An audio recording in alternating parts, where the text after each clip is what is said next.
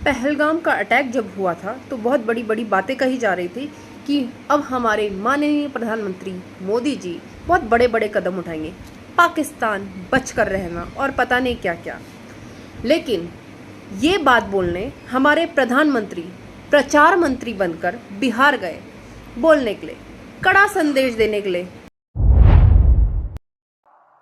करगिल से कन्याकुमारी तक हमारा दुख एक जैसा है, हमारा आक्रोश एक जैसा है और इस हमले की साजिश रचने वालों को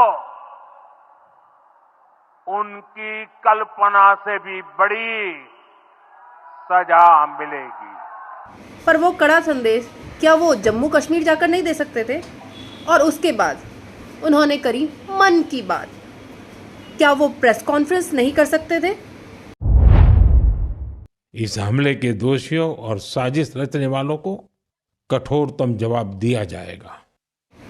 और इतना सब तो छोड़िए, मुझे तो लगा था हाई लेवल मीटिंग हुई, कुछ निकल कर आएगा उस मीटिंग से। उसमें भी उन्होंने क्या बोला? पहली बार देख रहे हैं जो हाई लेवल सिक्योरिटी मीटिंग बंद दरवाजे में होनी चाहिए थी वो कैमरे के सामने हो रही है। सेना आज़ाद है, वो जो भी करना चाहे वो कर सकती है। उसके बाद आप मिलते हैं मोहन भागवत जी से। क्यों मिले भाई उनसे? जातिगत जनगणना कराएगी मोदी सरकार। और इन सब के बाद उनका संदेश क्या आता है?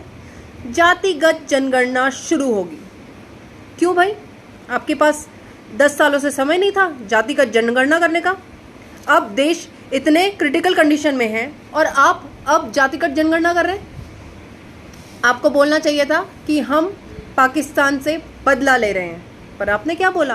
हम जातिगत जनगणना कर रहे हैं। और सीमाएं संपूर्ण रूप से आपके कब्जे में है, सीमा सुरक्षा बल आपके कब्जे में है।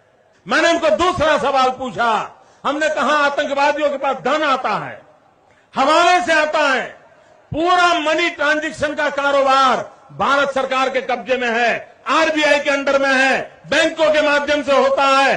क्या प्रधानमंत्री आप इतनी निगरानी नहीं रख सकते कि ये जो धन विदेश से आकर के आतंकवादियों के पास जाता है आपके हाथ में है, आप उसको क्यों नहीं रोकते हैं? ऐसी है हमारे महामानव मोदी साहब की मिट्टी में मिला देने की चेतावनी, जातिगत जनगणना। देशवासियों, आपको समझ जाना चाहिए कि जातिगत जनगणना कितनी इम्पोर्टेंट थी और हमारे प्रधानमंत्री साहब इम्पोर्टेंट काम तो करते ही नहीं है। अब क्योंकि उनको इस आतंकवादी घटना से ध्यान भटकाना है तो जातिगत जनगणना शुरू कर दी। तो आप बताइए, इस समय हमारी देश की सुरक्षा ज़्यादा इम्पोर्टेंट है या ये जातिगत जनगणना?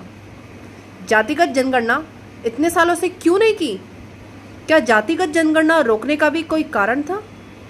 भारत ने पानी रोक दिया, योगी जी ने सर्जिकल स्ट्राइक कर दी, युद्ध शुरू हो गया, युद्ध जीत भी गए, पाकिस्तान के सर्वनाश के लिए लाल मिर्च की आहुति भी दे दी, यूट्यूब चैनल भी बंद कर दिए। वाह, कड़ा संदेश। अब इन सब के बाद पाकिस्तान की कैद में बीएसएफ का जवान, अधिकारियों से जवाब मांगने चंडीगढ़ पहुंची गर्भवती पत्नी। अब मेरा सवाल हमारे महामानव जी से है, अगर आप पहलगाम आतंकवाद हमले की बात कर रहे हैं तो क्या आपने इस जवान को छुड़ाने के लिए कुछ किया?